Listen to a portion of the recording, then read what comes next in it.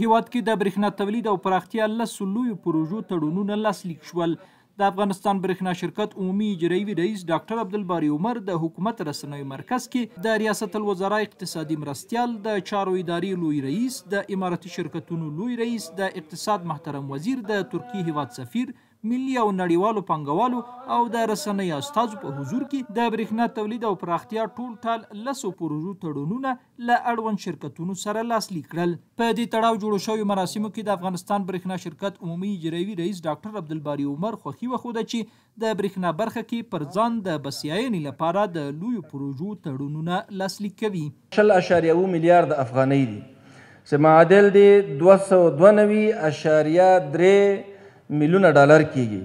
چې دا پانګونه په دې هیواد کې نه تنها د برق د تولید د برېښنا د تولید سبب ګرځي، بلکې په مستقیم او غیر مستقیم ډول سره د هیواد سلګونو ځوانانو ته به پکې د کار زمینه هم مساعدېږي او له دې سره به انشاءالله د خلکو کورنۍ او سیمه ییز اقتصاد پیاوړی کیږي. دغه راز د چارو ادارې لوی رئیس شیخ الحدیث نورالحق انور هم په وینا کې پر دې سترو پروژو خوښي وښوده او د لویو پرمختګونو پیلامه یې وبلله.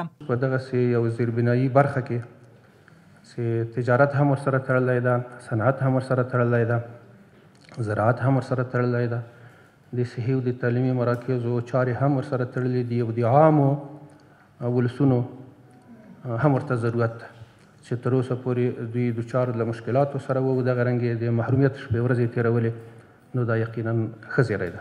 د اقتصاد وزیر قاری دین محمد حنیف بیا پانګوالو ته د دوی اړتیاو بشپړتیا لپاره د برېښنا انرژي یو مهم اړخ وباله، ځکه په وینا یې چې برېښنا د هیوادونو د اقتصادي خوځښت او دوران بنسټ دی. همه ابعاد زندگی امروزی انسانها وابستگی به برق دارد یا با برق گره خورده است.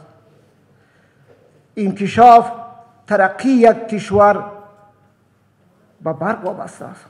د اماراتي شرکتونو لوی رئیس مولوي احمد جان بلال خپل وینا کې وویل چې موږ د برېښنا تولید او شبکو پراختیا پروژو پرانستنې او تړونونو لاسلیکولو سره د برېښنا برخې کې پر ځان د بسیاینې لور ته نږدې کیږو.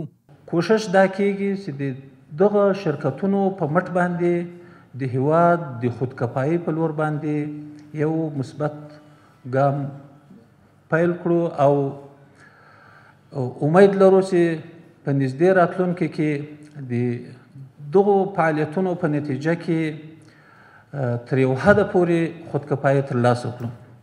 د پانګوالو په استازیتوب د غضنفر ګروپ اجرایوي رئیس ښاغلي اسماعیل غضنفر وینا وکړه او پر پانګوالو یې غږ وکړ چې هیواد کې له شته فرصتونو په ګټې اخیستنې خپلې پانګونې پراخې کړي.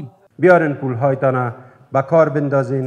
از طریق بانک ها 3 چیز بسیار عمده صورت میگیره. یک، جای کار پیدا میشه، دیگه ضرورت نیست که ما مهاجر شویم. 2، مملکت ما خودکفا میشه، نیاز نیست که ما واردات داشته باشیم. 3، دولت ما عواید خوب می داشته باشه. وقتی که دولت عواید داشت به رفاه ملت بیشتر رسیدگی میکنه. مراسم د ریاست الوزرا اقتصادي مرستیال الحاج ملا عبدالغني برادر اخوند لوري د مبارکي او دعایي په ویلو سره پای ته ورسیدل. ټولو ته دې مبارک وي.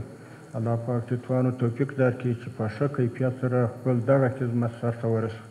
د یادونې ده چې د برېښنا تولید او پراختیا یادو ټولو پروژو باندې څه باندې 292 میلیونه ډالر لګښت راځي چې د قراردادي شرکتونو له لوري به د ځانګړو شرایطو په پام کې نیولو سره بشپړیږي.